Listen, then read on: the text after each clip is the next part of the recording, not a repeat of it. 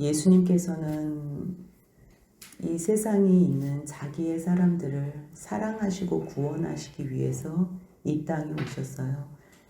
사랑하시는 방법, 구원하시는 방법이 십자가에 달려 돌아가시는 것으로 하나님 앞에 순종함으로 올려드리고 죄된 사람을 구원하는 것으로 나타내세요. 성전이라는 곳이 하나님과 사람이 만나는 곳, 하나님과 하나님의 백성이 만나는 곳이 성전이에요. 그렇게 여호와 하나님께서는 나를 위하여 너희가 그 성막 지어달라고 출애굽기 25장 8절에서 말씀하셨어요. 그리고서 그곳에서는 공식적으로 하나님과 하나님의 백성이 만나는 곳이 되었어요. 그리고 나서 그 성막 안에, 그 성막이 움직이는 성막이었잖아요. 그리고 나서 가나안에 입성한 후로 다윗이 성전을 짓고자 하는 소원이 있었지만 하나님께서는 솔로몬을 통하여 성전을 지을 것을 허락하세요. 그래서 하나님께서 공식적으로 계시겠다고 하신 그 지성소 성막이 이제는 성전으로 고정이 되는 성전이 되었어요. 그리고 나서 이스라엘 백성들이 성전에서 하나님을 만나고 하나님께 예배와 감사를 드려야 되는 곳이 되었음에도 불구하고 이방 신상들을 섬기고 그곳에서 하나님을 섬기는데도 하나님을 우상처럼 섬기는 그들로 말미암아 이스라엘 백성들은 바벨론 사람들에게 잡혀가게 되고 다 바벨론에 이주하게 되지요. 그리고 바벨론에 의해서 성전이 다 무너지게 되지요. 그리고 나서 다시 하나님의 약속대로 70년이 지나서 스룹바벨과 예수아에 의해 예루살렘 성전이 다시 증축이 돼요. 그것이 제2의 성전 스룹바벨 성전이에요. 이 성전이 유대인들의 중심 사상과 중심의 삶이라는 걸 알았던 헤롯이 BC 19년에 상상할 수 없이 어마어마한 성전을 건축하는데요. 몇 년까지 건축하냐면 AD 63년까지 건축을 해요. 약 82년 정도를 건축하지요. 그런데 그렇게 건축되는 그 상황 가운데에 지금 이 시점에 놓인 거예요. 이 시점에. 예수님이 공생애를 30에서 33세까지 하셨다고 그래요. 그런데 예수님의 태어난 시기를 정확하게 알 수는 없지만 BC 4년에서 3년이라고 그렇게 추정할 때에 이 시간, 예수님께서 지금 말씀하신 24장의 시간은 AD 30년경이라고 보면 맞아요. 주님께서는 내가 너희들을 암탉이 그 새끼를 날개 아래에 모음같이 내 자녀를 모으려 함이 수도 없었다는 말씀을 하세요. 그러나 너희가 원하지 않았기 때문에 이제 예수님께서 그 성전을 떠나세요. 그리고서 23장 38절 한번 같이 읽습니다. 보라, 너희 집이 황폐하여 버려진 바 되리라.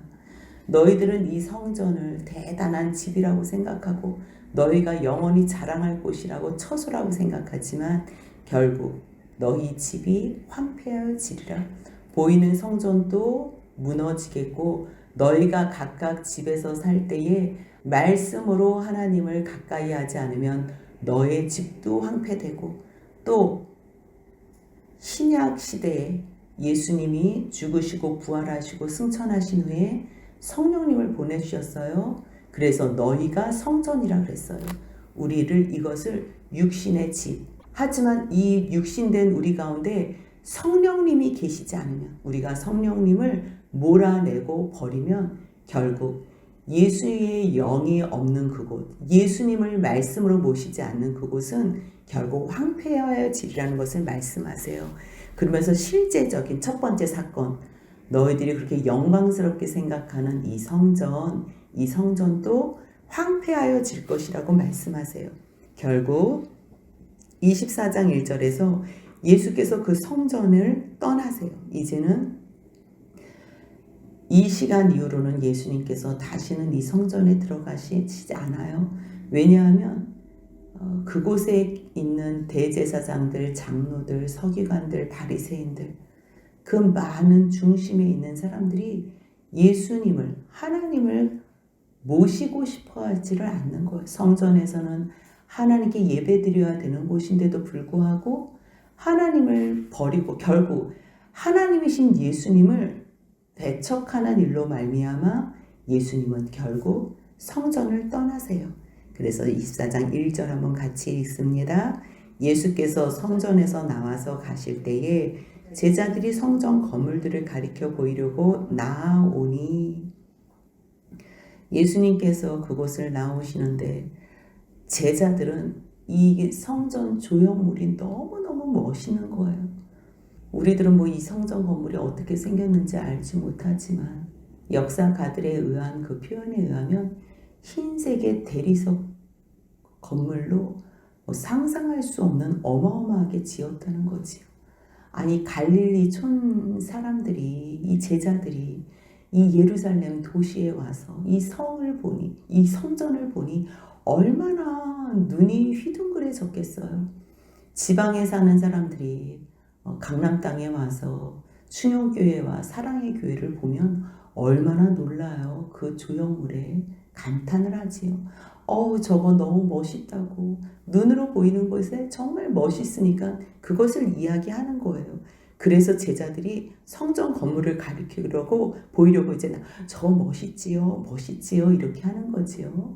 그런데 예수님께서는 멋있는 거에 대한 대답을 하시지 않고요. 2절 한번 같이 읽습니다. 대답하여 이르시되 너희가 이 모든 것을 보지 못하느냐? 내가 진실로 너에게 이르노니 돌 하나도 돌 위에 남지 않고 다 무너뜨려지리라. 너희들은 보이는 것만 보지만 이 건물은 70년에 디토스 장군에 의해서 완전히 다 무너질 것을 예언하세요. 너희들의 영의 눈이 떠져서 이것을 보면 좋겠다. 이 성전은 내가 떠났기 때문에 돌 위에 돌 하나도 남지 않을 만큼 완전히 무너뜨려지리라. 내가 지금 여기서 나왔지 않냐. 그 말씀을 하고 계세요. 그러면서 이 성전을 마주 대하며 감람산 위에 앉으세요. 그때에 제자들이 조용히 와서 예수님께 여쭈어 봐요. 우리에게 말해 달라고. 어느 때에 이런 일이 있겠사오며 주의 임하심과 세상 끝에는 무슨 징조가 있사오리까 물어봐요. 예루살렘 성전이 무너진다? 이것은 세상의 종말 때나 일어날 일이지. 이것은 절대 무너질 일이 없다고 생각하는 제자들은 예수님 어느 때에 이런 일이 있습니까? 그리고 또 주님의 임하심과 마지막 징조가 세상 끝의 징조가 무엇이냐고 물어봐요. 그러니까 그때부터 예수님께서 마지막 때에 있어질 이야기를 하세요. 그 말씀이 4절부터 계속 말씀하시는데 이것이 25장까지 이어져요. 25장까지 이 말씀이. 마지막 때에 어떤 일이 있냐면, 그러면서 첫 번째로 말씀하시는 게 너희가 사람의 미혹을 받지 않도록 주의하라는 거. 사람이 미혹하는데 무엇으로 미혹하냐면 5절 같이 있습니다. 많은 사람이 내 이름으로 와서 나는 그리스도라 하여 많은 사람을 미혹하리라. 첫 번째로 미혹하는 일이 있는데 다른 것으로 미혹하는 것이 아니라 내가 그리스도라 그렇게 말한다는 것. 이 말씀을 예수님께서 AD 30년에 하셨다고 했어요. 그런데 요한 계시록에서 사도 요한이 이 말씀을 60년 후에 그대로 요한계시록을 통해서 말씀하세요. 우리가 요한계시록을 잠깐 보면서 얼마나 예수님이 말씀하신 것과 사도 요한이 말씀하신 것, 이 사도 요한은 지금 성령에 이끌려서 계속적으로 성령의 감동으로 말씀하시는 내용이 나오는데요. 요한계시록 6장의 내용과 똑같은 말씀을 지금 마태복음 24장에서 하세요. 요한계시록 6장 1절 2절 같이 한번 읽습니다.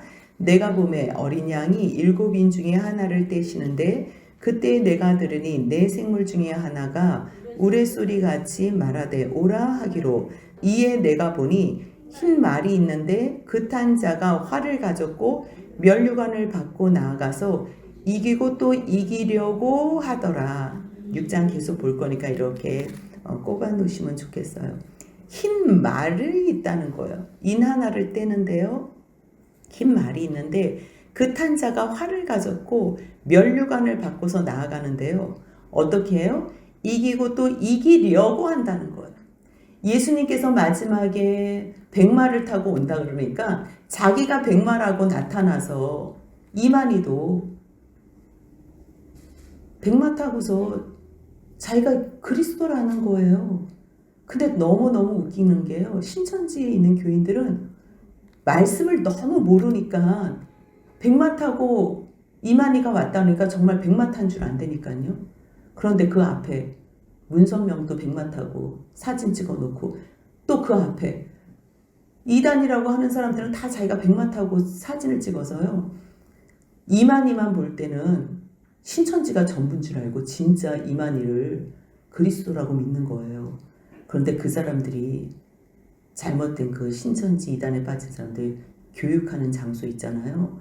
거기서 2주일만 교육받으면 다 돌아온대잖아요. 뭐에 제일 쇼크 받는다는 줄 아세요? 이 이만희 말고 문선명 다른 사람들. 그래서 뭐야 이만희만 100만 타는 줄 알았는데 문선명도 탔네? 그래가지고 그때 정신을 차린대요. 얼마나 어이가 없어요. 그러니까 성경을 몰라도 너무 모르는 거예요. 그 말씀을 하는데 이 백마탄 사람은 어떻게 다르냐면 자기가 그리스도라고 하는데 예수는 승리하셨잖아요. 이기셨어요. 끝났어요. 십자가의 사건으로 이기셨는데 이 흰말 탄 사람은요. 이기려고 애쓰고 또 애쓰고 이기려고 한다는 거예요. 그게 달라요. 그리고 오늘 또 본문에서요. 6절 7절 한번 6절 7절 같이 있습니다. 난리와 난리 소문을 듣겠으나 너희는 삼가 두려워하지 말라. 이런 일이 있어야 하되 아직 끝은 아니니라. 민족이 민족을 나라가 나라를 대적하여 일어나겠고 곳곳에 기근과 지진이 있으리니 이렇게 돼요. 미혹하는 일이 첫 번째고요. 그 다음에 민족이 민족을 나라가 나라를 대적한대요. 그 대적하는 내용이 요한계시록 6장 3절 4절 같이 읽겠습니다. 둘째 인을 떼실 때에 내가 들으니 둘째 생물이 말하되 오라 하니 이에 다른 붉은 말이 나오더라. 그 탄 자가 허락을 받아 땅에서 화평을 제하여 버리며 서로 죽이게 하고 또 큰 칼을 받았더라. 붉은 말이 나오는 이 내용들 결국 서로 죽이게 한다는 거예요. 칼로. 그러니까 이 지금 민족과 민족이 나라와 나라가 대적한다는 게 전쟁이 일어남으로 말미암아 붉은 말이 나오는 그 죽음을 상징하는 거예요. 피가 터치면서 죽어지는 것. 그 다음에 연이어서 6장 5절 6절 같이 한번 읽겠습니다. 요한계시록 6장 5절 6절입니다. 셋째 인을 떼실 때에 내가 들으니 셋째 생물이 말하되 오라 하기로 내가 보니 검은 말이 나오는데 그 탄 자가 손에 저울을 가졌더라. 내가 내 생물 사이로부터 나는 듯한 음성을 들으니 이르되 한 데나리온의 밀한데요 한 데나리온의 보리석대로다. 또 감람류와 포도주는 해치지 말라 하더라. 이 말씀은 뭐예요? 검은색 말이 나오는데 기근으로 말미암은 죽음을 상징해요. 그리고 나서 요한계시록 6장 7절 8절 이어서 읽겠습니다. 넷째 인을 떼실 때에 내가 넷째 생물의 음성을 들으니 말하되 오라 하기로 내가 보매 청황색 말이 나오는데 그 탄 자의 이름은 사망이니 음부가 그들을 따르더라. 그들이 땅 4분의 1의 권세를 얻어 검과 흉년과 사망과 땅의 짐승들로서 죽이더라. 검과 흉년, 사망, 땅의 짐승들, 전염병까지 다 죽이는 이 청황색 말을 봤다는 거예요. 첫 번째 인을 뗄 때는 거짓 그리스도, 미혹하는 영이 나온다는 거고요. 둘째는 전쟁으로 말미암아 죽이는 붉은색 말, 그리고 셋째는 기근으로 말미암아 죽음을 당하는 검은색 말, 네 번째는 전염병과 많은 다양한 죽음들로 말미암은 청황색 말이 나오는 이 말씀을 오늘 마태복음 24장 본문에서 난리와 난리 소문이 있는데 그 내용이 민족이 민족을, 나라가 나라를 대적하는, 이것은 지금 두 번째 인을 뗐을 때 붉은 말이고요. 그곳에 기근과 했을 때는요, 세 번째 인을 떼었을 때의 상황이고요. 지진이 있으리라. 이 말씀은 요한계시록 6장 12절부터 16절까지 말씀을 같이 읽겠습니다. 내가 보니 여섯째 인을 떼실 때에 큰 지진이 나며 해가 검은 털로 짠 상복같이 검어지고 달은 온통 피같이 되며 하늘의 별들이 무화과나무가 대풍에 흔들려 설익은 열매가 떨어지는 것 같이 땅에 떨어지며 하늘은 두루마리가 말리는 것 같이 떠나가고 각 산과 섬이 제자리에서 옮겨지매 땅의 임금들과 왕족들과 장군들과 부자들과 강한 자들과 모든 종과 자유인이 굴과 산들의 바위 틈에 숨어 산들과 바위들에게 말하되 우리 위에 떨어져 보좌에 앉으신 이의 얼굴에서와 그 어린 양의 진노에서 우리를 가리라. 그렇게 말한다는 거예요. 12절에 보니까 큰 지진이 나고 해와 달과 별들이 다 떨어지는 이때가 나타난다는 것을 예수님께서는 지진이 있으리라 라는 간단한 말씀으로 하세요.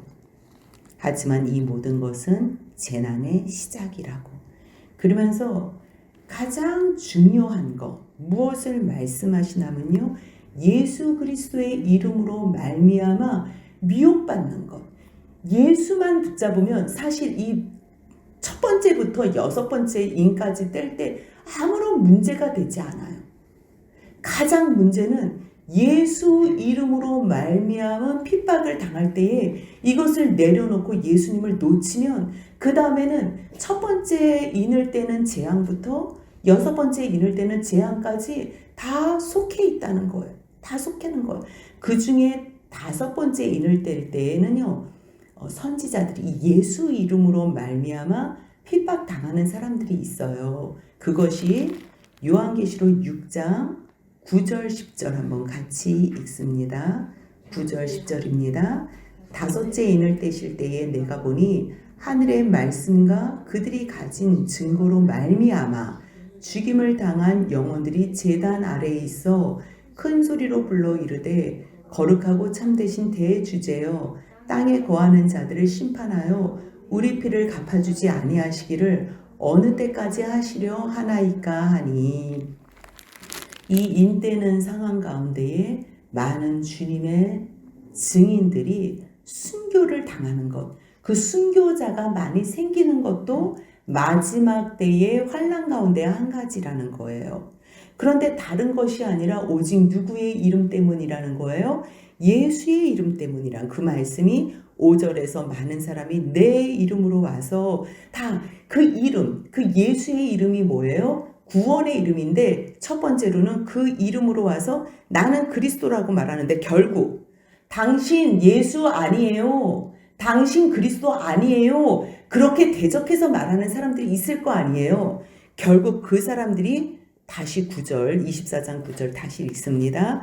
그때의 사람들이 너희를 환난에 넘겨주겠으며 너희를 죽이리니 너희가 내 이름 때문에 모든 민족에게 미움을 받으리라. 결국 예수님, 예수로 말미암아 구원을 받는다는 것. 너희에게는 의가 없다는 것. 사람에게는 어떠한 의도 없어서 너희로 말미암아 구원받을 수 없어. 이만희한테 가서 너희 이름으로 구원받을 수 없어. 통일교회 가가지고 너희 그 문선명 이름으로 구원받을 수 없어.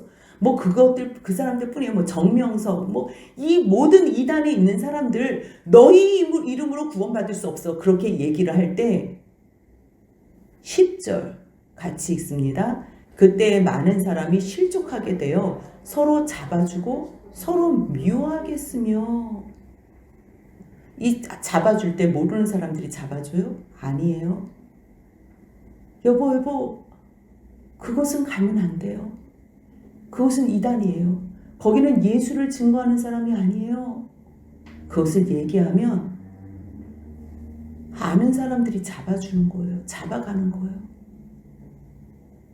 그러한 고통, 진리 예수 그리스도를 얘기하는데 서로 미워하는 거예요. 그래서 11절, 12절 같이 있습니다. 거짓 선지자가 많이 일어나 많은 사람을 미혹하겠으며 불법이 성함으로 많은 사람의 사랑이 식어지리라. 우리도 지금 바깥에 신천지, 출입금지 써놨잖아요. 어떤 사람이 와도요, 우리가 곱게 볼 수가 없어요. 이때 우리 교회에 소개도 안 받고 온다? 하나님께서 보내셨음에도 불구하고 우리 마음이 저 사람을 의심하게 되는 거예요. 왜요? 마지막에는 서로 믿지 못하는 때가 오는 거예요. 그래서 저 사람을 누가 들어와도 저 사람 왜 들어왔지? 그래서 진실한 사랑으로 그렇게 대우하지 않고 아, 저 사람 혹시 신천지 아니야? 저 사람 여기 와시키려고 들어온 사람들 아니야? 결국 사랑이 식어지게 된다는 거예요. 그런 상황에서도 13절 같이 있습니다. 그러나 끝까지 견디는 자는 구원을 얻으리라. 불법이 성하다는 거예요. 마지막 때에 저건 옳지 않아. 이러한 일이 너무 많아져요. 그래서 우리의 마음을 또 닫고 하는데 그러지 말래요. 그 사람들도 사실 구원받을 사람들이에요. 불쌍히 여겨야 돼요. 진실한 사랑으로 대해줘야 돼요. 그들의 교리를 받아들이면 안 돼요. 동성 연애자들이 우리 교회 왔을 때 어떻게 하겠습니까? 품어야 돼요. 그들이 예수 그리스도가 필요한 사람이에요. 하지만 그 사람들이 동성 연애를 지지하는 것은 하나님 앞에서 범죄라고 가르쳐줘야 돼요. 가르쳐줘야 돼요. 그렇다면 그것이 자기네들이 죽을 죄라는 것을 안다면 우리를 순수하게 받아들이겠어요? 우리를 죽음의 자리에 넘기거나 고발하지 않겠어요? 그런 자리에 갈 수 있다는 거예요. 하지만 끝까지 사랑하라는 거예요. 끝까지. 그래서 그 끝까지 사랑하며 견디는 사람 이퀄 구원을 받는 거예요. 구원은 누가 받나? 끝까지 사랑하며 견디는 사람들. 주님은 지금 그걸 말씀하세요. 그래서 결국 죄 많은 이 땅에서 우리를 구원해 주시는 그 예수 그리스도의 그 구원의 은총으로 우리가 마지막 때에는 이 땅에서 구원받는 거예요. 이 땅에서 예수님 이름 때문에 사랑하고 또 사랑하고 끝까지 견디고 끝까지 참다가 그들의 손에 의해서 죽음을 받는 것. 그래도 끝까지 그들을 아버지여 저들이 자기들의 하는 일을 알지 못합니다. 저들을 불쌍히 여기시고 구원해 주소서. 그렇게 하다가 가는 거예요. 그래서 뭐라 그래요? 끝까지 견디는 자가 구원을 얻으리라. 그러면서 14절 같이 있습니다.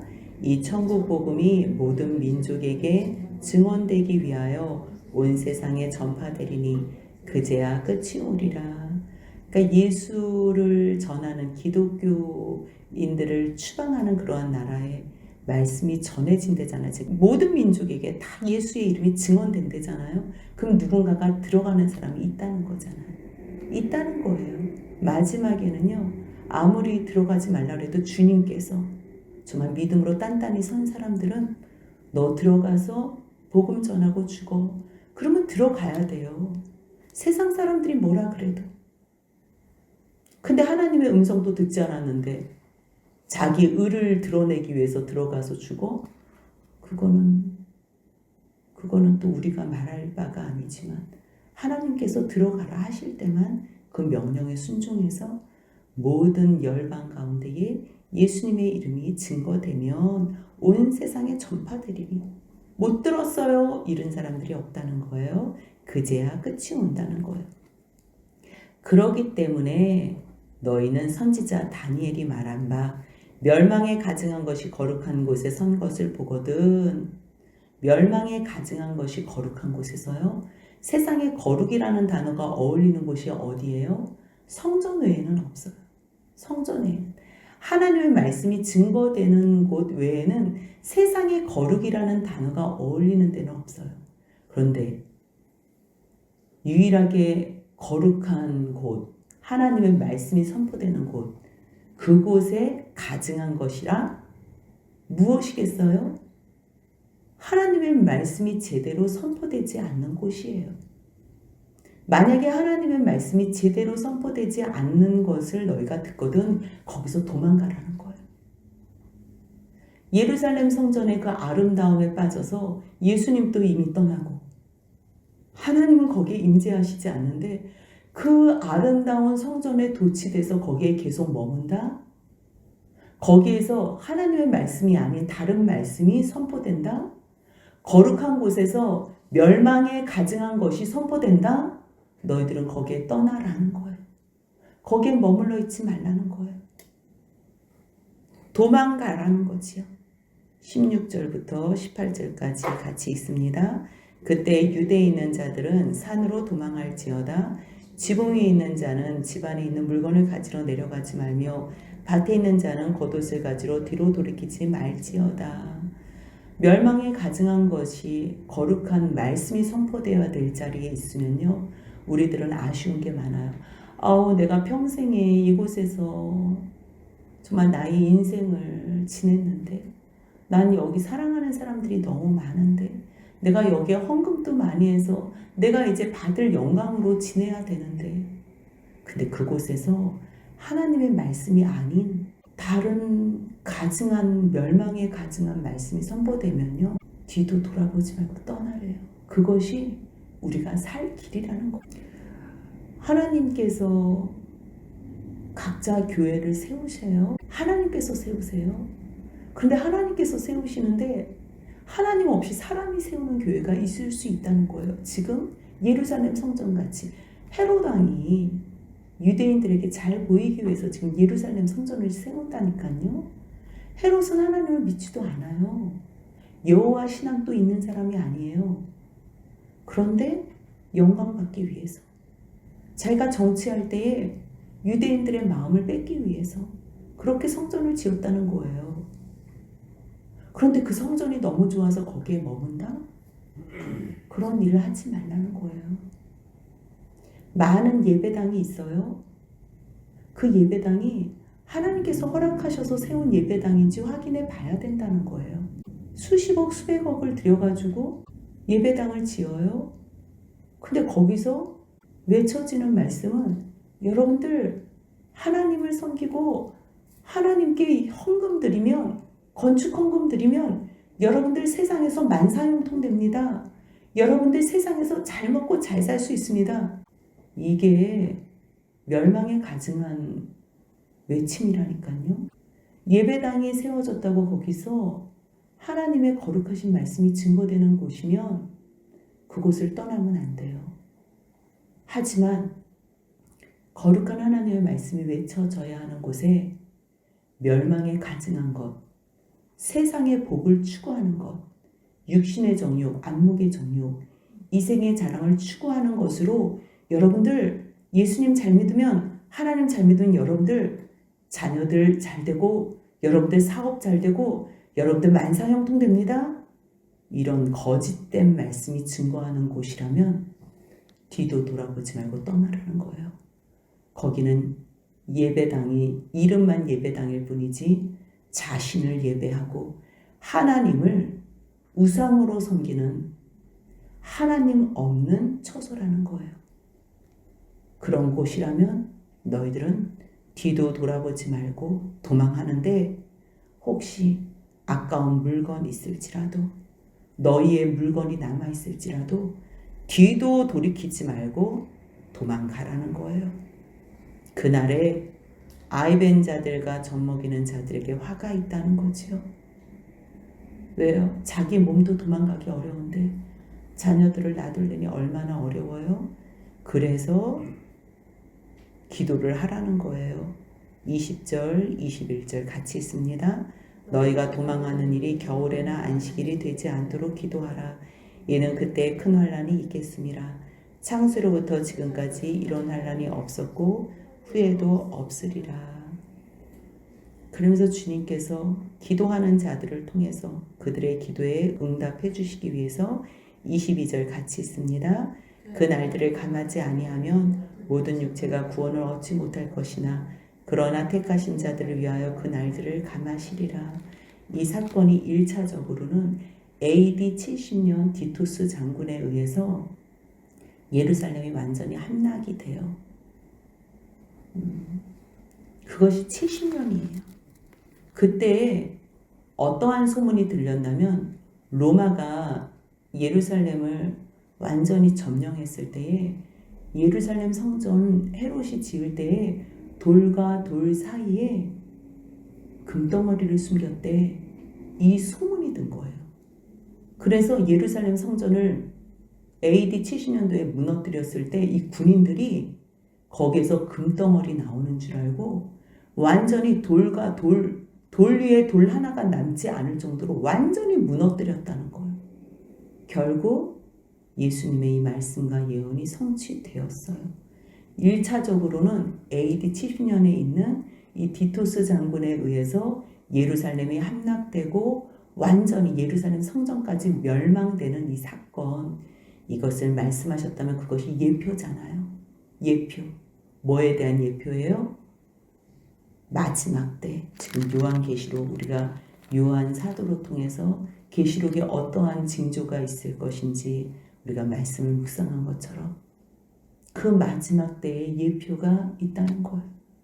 하지만 하나님께서 택한 자들을 위해서 그 날을 감하지 않았다면 우리도 견디기 어려울 거예요. 밥 이틀만 안 먹어도요, 힘이 없어서 앉아있기도 어렵고 3일, 4일 마지막 때에 여러분들 전쟁이 나고 기근이 심하고 전염병이 돌고 예수 믿는 사람들이 죽어나가고 땅이 지진이 들 때에 여러분들 이 시간을 견딜 수 있겠어요? 진짜 기근이 나면 여러분들 아무것도 못 먹고 지내야 된다니까요. 그런데 그 날들을 감하지 아니하면 모든 육체가 구원을 얻지 못해요. 그래서 주님의 은혜로 그 날을 감해주셨다는 거예요. 누구를 위해서요? 택하신 자들을 위하여. 그러니까 결국요, 주님 바라보고 예수 그리스도로 말미암아 구원을 기다리는 사람들, 그 예수 이름 때문에 오늘도 핍박받는 사람들, 그 예수님 이름 때문에 끝까지 견디며 사랑하는 사람들, 그들을 위해서 주님께서 마지막 때에 보호해 주신다는 이 귀한 말씀 붙잡고 오직 예수 그리스도 이름을 위하여 핍박도 받고 사랑도 하고 끝까지 참고 견디어 구원을 이루는 저와 여러분들이 되시길 주님의 이름으로 소원합니다. 아멘.